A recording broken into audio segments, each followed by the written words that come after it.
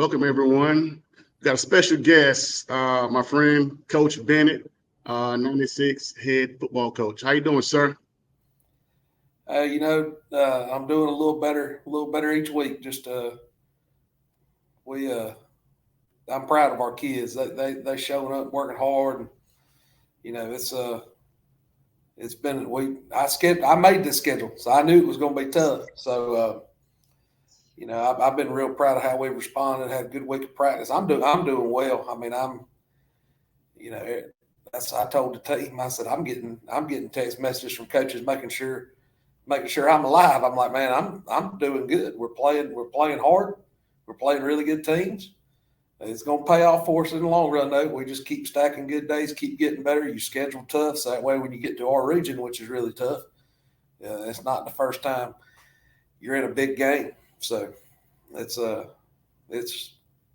going to pay off. All right, perfect. So we're 4 weeks down. We're about halfway through the schedule. You starting region next week, correct? We're off next week, so we got Okay. Crescent Friday. Then we're off. Then we host Pillion the week after that. Perfect. You would know someone's knocking on my door, but I'm gonna ignore them. All right, so Hey, you can see mine. I don't even shut mine. I just leave it open. hold on, they will not. I cannot believe this. Hold on one second. I'm sorry, Coach. Give me 1 minute. Fine. Sorry. Let's get them.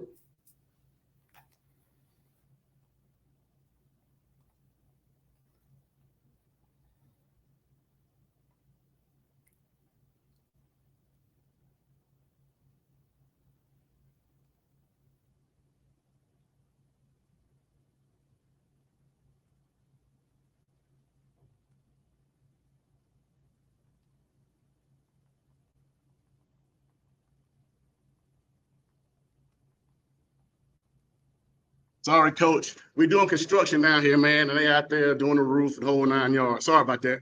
Hey, you ain't telling me nothing. I've been in a construction zone for the last 3 months. All right, let's talk about Crescent. Oh, I'm sorry. Before we get to Crescent. All right, we're 4 weeks in, right? We're coming in record 1-3. Had a first game tough loss against Emerald 14-6. Where it showed big win 41-30 at their place. Looked like we fell behind the coach in where it shows. Well, did we? We were down 10 at the half. We were down 10 at the half. Our kids never batted an eye. They just kept playing. And I told them at halftime, last year and this year, the difference is like, just to show you, we looked at this yesterday as an offensive staff. Last year at this time, we were 3-1 and we'd scored 103 points total. This year we're 1-3 and we scored 104. So we're taking our lumps right now, replacing, because you think about those seniors last year who were key pieces of getting things turned around. Several of them played on the back half of the defense, and they were very experienced. They played a lot of football. We're taking our lumps right now with some young guys on the back half.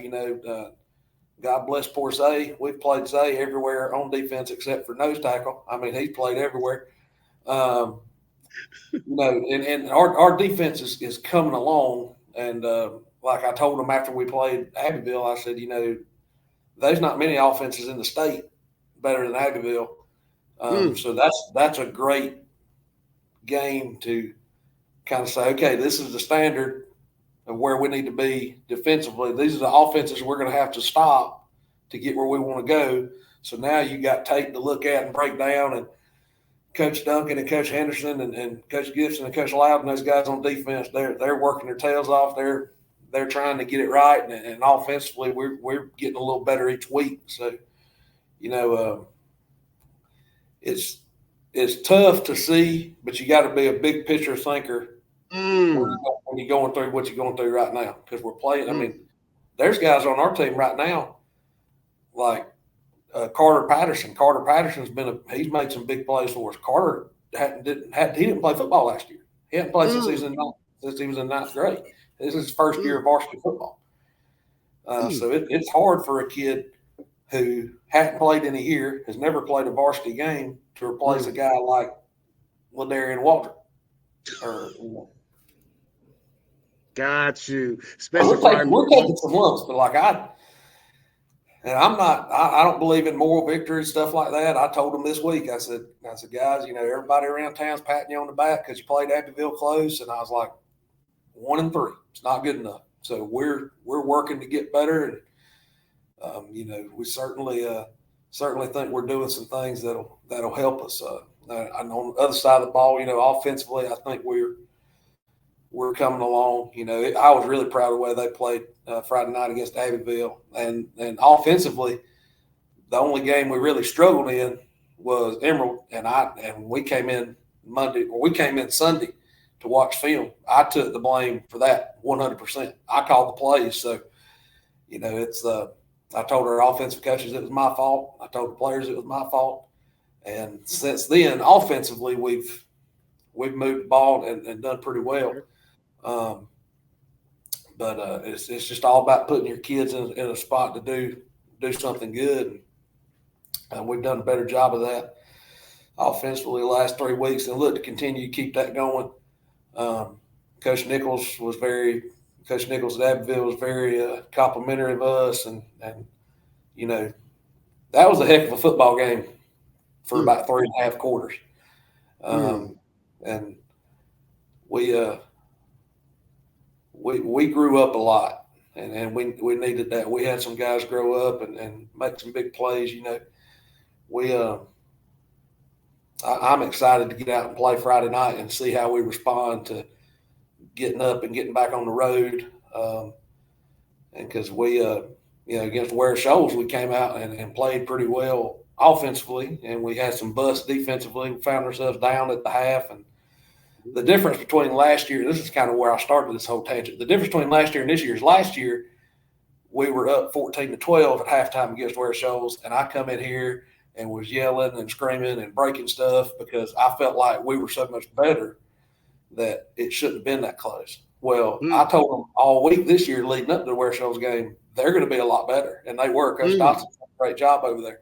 So we're down 10, and I don't think I ever raised my voice at halftime. I was like, keep playing. We're in better shape than they are. We'll put together 2 good quarters here. They'll run out of gas, and when they make a mistake, we'll capitalize on it. And that's exactly how it played out. Perfect. Okay, I knew you would be the guy to say you don't believe in moral victories. I just knew that about you.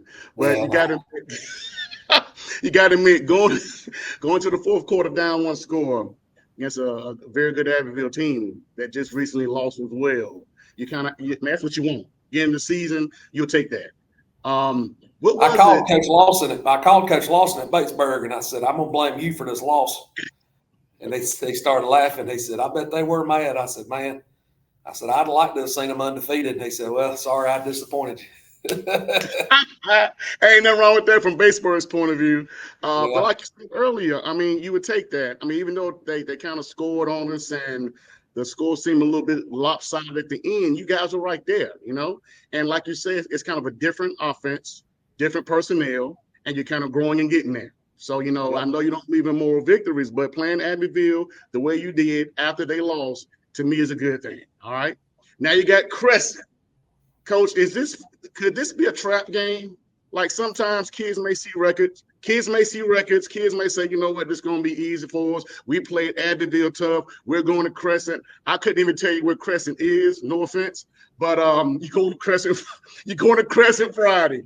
Could this be a trap game? What are you doing to make sure these kids understand this game is just as important as the Abbeville game? Well, part of it was, and I tell them all the time, the biggest game of your life is the next one. And we try to look at that as a program. Like the most important play is the next one you get. The most important game is the next one you play. And I've said that this week. It's the biggest game of your life this week. Not because it's Crescent, not because you just played Abbeville close, but because it's the next time you get to go out and show the work that you put in. And we've had a great week of practice. Okay. And there was about a 10-minute stretch there at the end Monday where I thought we lost focus a little bit. So I let them know about it then, and that's when I told them the 1-3 thing. And I don't believe in moral victories, and because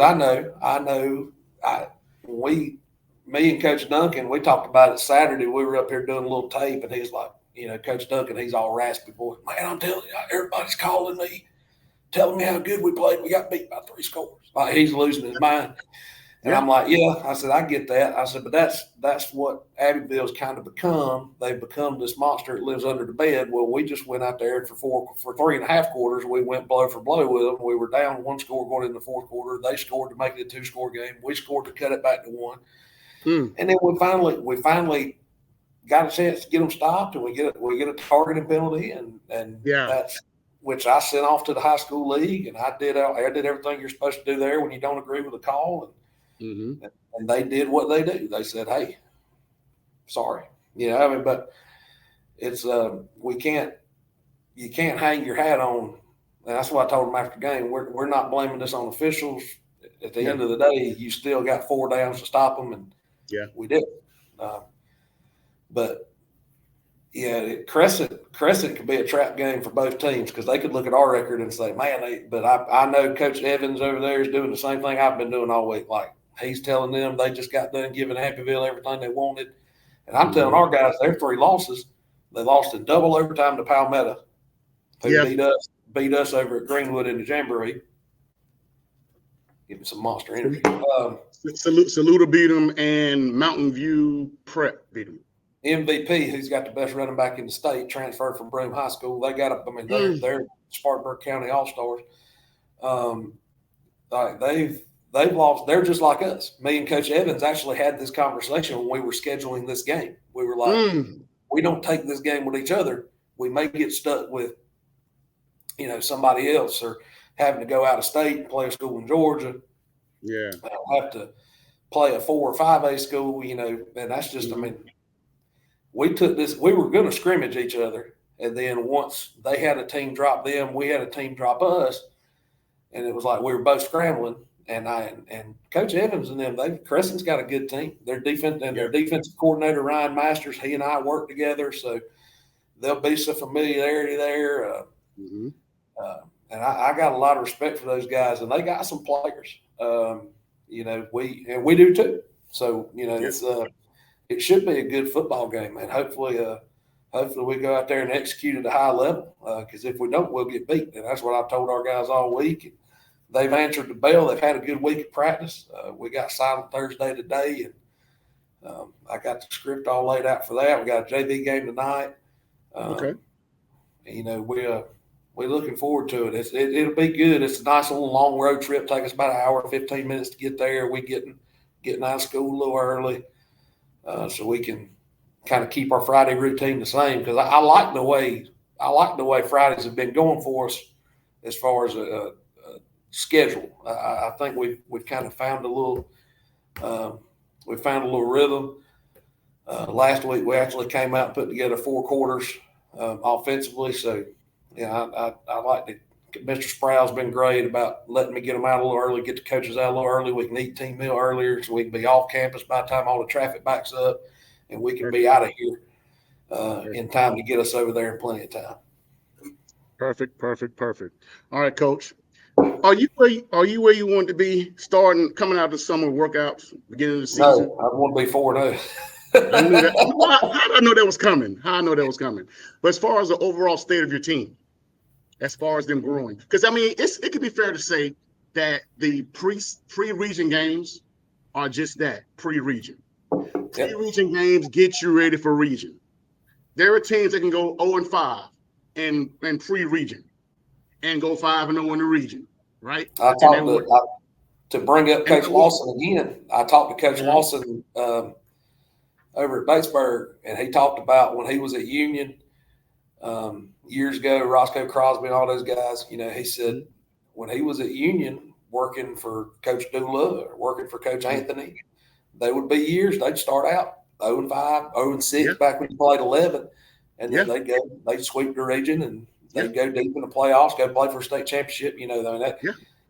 That's what, as far as the non-region schedule preparing us for the region, I think we're in a good place because we played some really good football teams. The team that I knew when we signed the deal to play them that I knew was going to be a tough game was Blackville Hilda. I was going to ask you about I was going to ask you about that.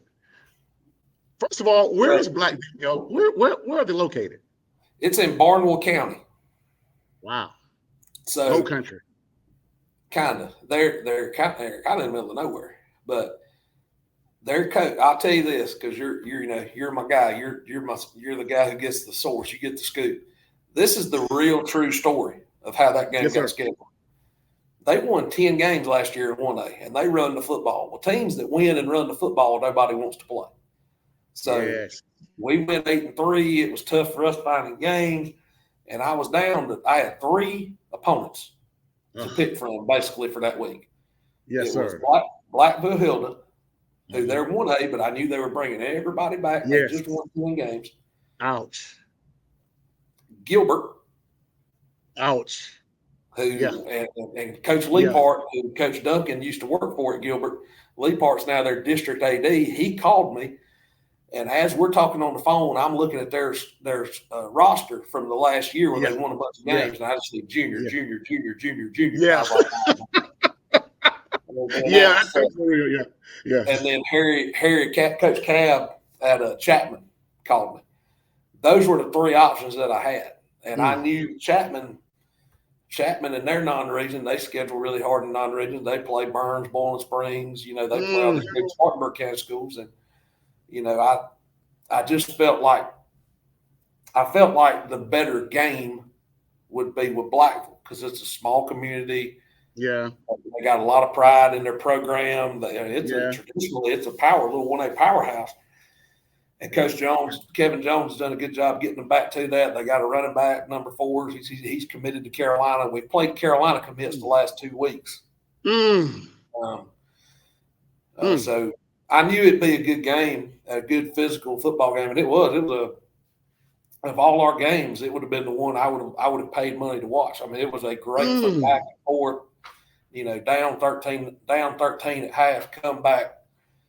Get back in it, end up with the ball down 4 with a couple minutes to play, and we blew a couple of assignments that hurt us on that last drive. But I mean, that kind of showed our guys, hey, if we'll play 4 quarters, we can be in a game with anybody. And then last week we did it offensively. So I mean, I think the non-regions definitely prepared us because I think we've played the 2. I think Blackville and Abbeville, if the brackets work out that way, they'll probably play for the Upper State Championship in 1A. They're really solid. Not taking away from anybody else, but I mean, Blackville Hilda beat us, and then turn around next week and beat Silver Bluff. And they beat Silver Bluff by more than they beat us by. So it's fair to say 96 is kind of in a good place. I know you wouldn't say that, but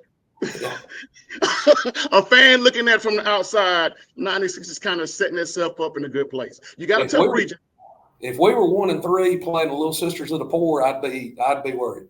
But we're 1-3, and we played what we knew was going to be a really tough non-region slate. It's going to pay off. It's going to pay off in the long run. They say all things done in darkness eventually come to light, right? Hey, great. Good job. Coach, thank you for all your time. Right quick, though, give us a state of the program. Give us a state of your middle school program as far as number of kids, how you set up. Give me the state of the program for the JV and state of the program for the varsity. So varsity, the numbers are obviously up from last year. We got more out there than we had last year. JV numbers are either the same or maybe up a little bit. I think they're up a little bit. So JV numbers are still fine. Middle school, they've always got great numbers. Perfect. We're doing better a job of keeping those kids from 8th to 9th grade. So we got 9th graders on the JV, and then we got 2 9th graders on the varsity. Some weeks we dress like we don't have a JV game.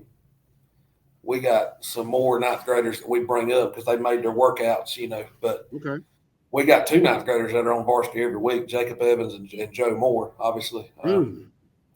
He's one that we've been really proud of. Joe's done a great job on both sides of the ball.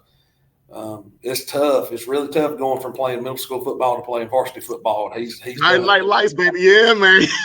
Friday Night Lights. Yes, sir. Yes, sir. He ain't scared of the lights, man. He's a good every head coach before the game when we play him is like, man, 12. Coach Nichols said, man, that number 12, he's gonna be good. He's just a sophomore. I said, no, sir, Wow. he's a freshman. He said, my God. Oh, that's called a good thing, right? That's called a good thing. Exactly right. All right, Coach. So give us, I know it won't be a prediction. How do you see Friday night's game playing out?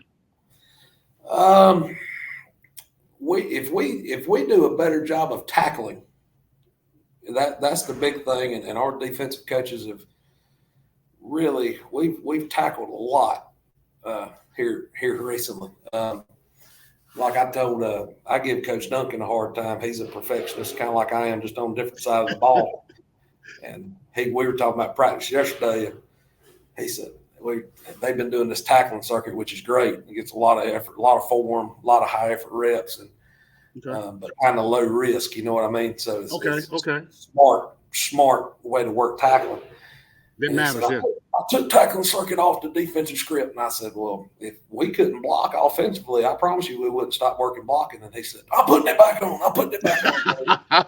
So they've done tackling circuit. They've done tackling circuit every day this week. So if we come out and tackle well, don't give up the big play, that's got to be what we plan to do defensively and offensively. Just we got to be who we are, which is we got to be able to run the football, control the line of scrimmage, and be effective in the passing game. Carver's actually thrown it. His numbers are higher as far as like completion percentage. He's doing a better job since we've kind of moved more under center. I told him the other day, against Abbeville, we sprinted out and he threw flood route to Zay, and he stepped up in the pocket. He rolled out. We had it sealed. He didn't take off running. He didn't panic. He set his feet, stepped up, and delivered a strike to Zay. And I said, Carver, I've been trying to get you to do that out of the gun for 2 years. I said, now I put you under center, and now you're playing quarterback. So if we can be effective in the passing game and control the line of scrimmage, and just limit our missed assignments, we got a chance to go out and have a good night. But if we take this group lightly, they'll beat us because they looking for a win. They need one as bad as we do. Yes, sir. You mentioned earlier in closing, you said JV play might coach, right? What time does JV play? JV kicking off at 6:00 tonight against the Young Tigers from Star Island Crescent. Sounds good. I'm about to go get their pizzas for pregame meal right now. Thank you so much, Coach. I appreciate you. Oh, in closing, give me a practice player of the week. Practice player of the week last week, or for this week? Last week. I've actually got it. I gotta go check it. I'm pretty sure it was Preston Powell. Preston Powell was practice player of the week. Yep. Preston Powell was practice player of the week last week. The week before that, it was. You want me to go ahead and shout out all the practice players of the week since we're here? No, I just need it for this week. This week now. Okay. Do me a favor. I don't have a pen right here, so text me his name, Coach, if you don't mind. I will. I'll shoot you a text right now. Thank you so much, Coach. I appreciate your time. Appreciate you, man. We'll talk to you next week. All right. We'll do it. Thank Coach. All right. Thank you. All right. I'm about to text you his name. Preston